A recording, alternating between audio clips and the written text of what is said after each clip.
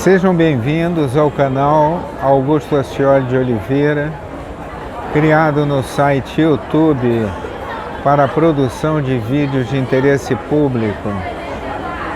Se vocês ainda não estão inscritos neste canal, nos honrem com a adesão para que nossos vídeos possam ter maior visibilidade.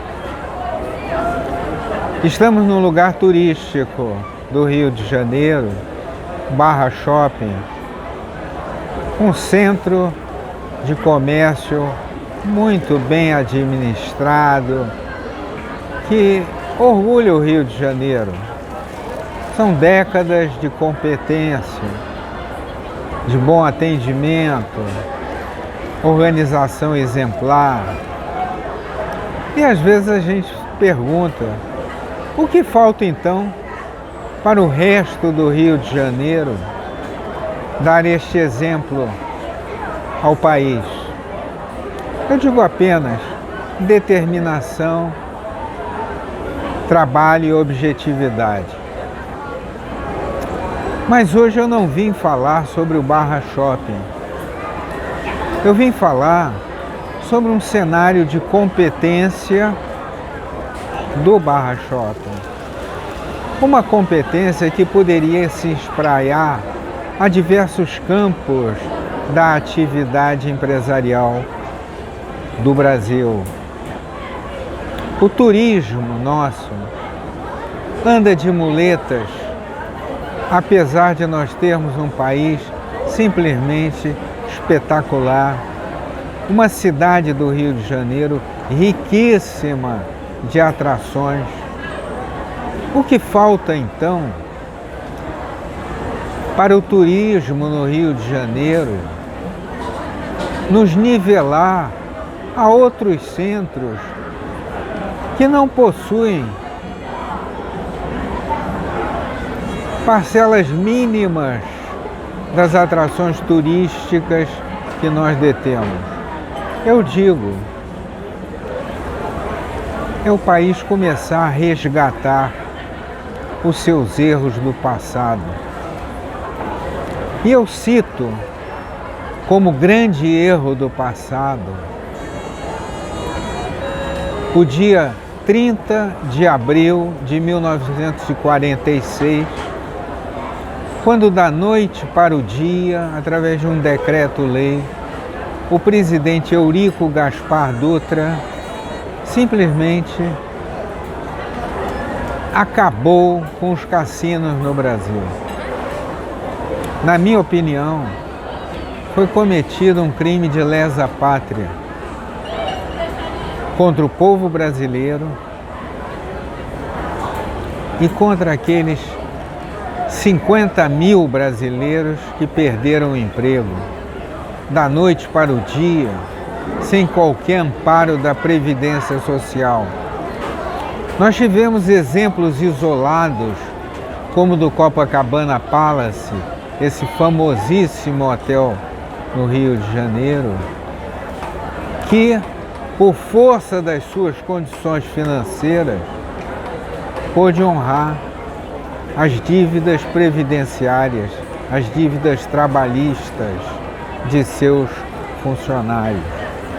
Mas a grande maioria de empresas encontrou a falência simplesmente em 24 horas. Acho que o Brasil é devedor de perdão às famílias daqueles que foram jogados da noite para o dia na vala comum da miséria, do sofrimento e da pobreza. Eram trabalhadores que se dedicavam a um campo importantíssimo e, sob a mais surreal alegação, perderam o emprego. O jogo no Brasil foi exterminado, é essa a palavra correta, de uma forma tão rápida que nós chegamos a pensar que papel tiveram, no caso, os países limítrofes. Sim, porque no momento que os investimentos no Brasil para o jogo foram encerrados, eles se redirecionaram para o Uruguai, para a Argentina, para o Chile, para o Peru, para a Colômbia, para a Venezuela e, por que não, para os Estados Unidos também. Nós não podemos esquecer que naquela época os voos internacionais não tinham a amplitude que possuem hoje.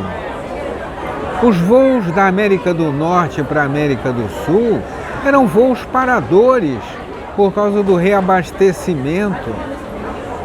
E começou a ocorrer na década de 40 um fluxo turístico para o Brasil muito grande, colocando em risco os fluxos turísticos para os países vizinhos. O Brasil abrir mão de 50 postos de trabalho numa época que a população não atingia sequer 50 milhões de almas, nós tínhamos talvez em torno de 46.800 habitantes, nós éramos um país praticamente litorâneo, a nossa marcha para o oeste foi graças a Brasília.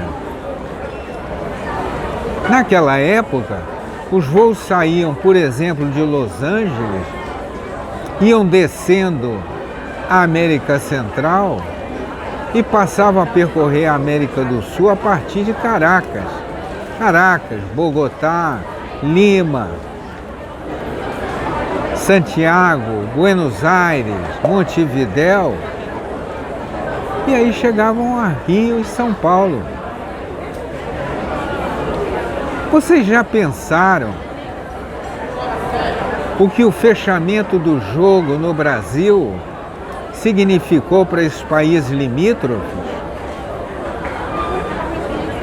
A todo momento eu escuto fantasias como se o jogo no Brasil tivesse sido exterminado, essa palavra, e eu insisto em repeti-la, para fins morais, para fins de família, para fins religiosos. Nada disso. O fim do jogo no Brasil desencadeou um outro processo, um processo que nos atemoriza até o dia de hoje, a corrupção. Porque o brasileiro joga desde criança. Quantas e quantas vezes eu, criança, não joguei figurinha, o famoso bafo-bafo, para ver quem vira a figurinha do outro. O brasileiro sempre jogou o jogo de palitos. O brasileiro sempre jogou o que pudesse jogar. E com a proibição do jogo no Brasil, o que era oficial e arrecadava impostos e gerava postos de trabalho, virou item do Código Penal, fabricando, sim, um volume de corrupção que até hoje nos persegue. Hoje, ampliado em outras direções ainda piores, porque vão de encontro à vida, à saúde. O que existe no jogo hoje no Brasil é que o maior banqueiro é o governo federal, com as suas milhares de lojas e postos lotéricos, comandados pela Caixa Econômica. Quer dizer que o governo pode tocar o jogo no Brasil e os empresários ficam assistindo, e a nossa quantidade de hotéis ficam recepcionando os hóspedes tão somente por hospedagem. Não, Vamos começar a usar nossas instâncias hidrominerais, nossas praias, nossos pontos de vida selvagem. Nós temos aqui espaços para simplesmente, quando forem retomados, olha pessoal, os cassinos da América do Sul tremerão.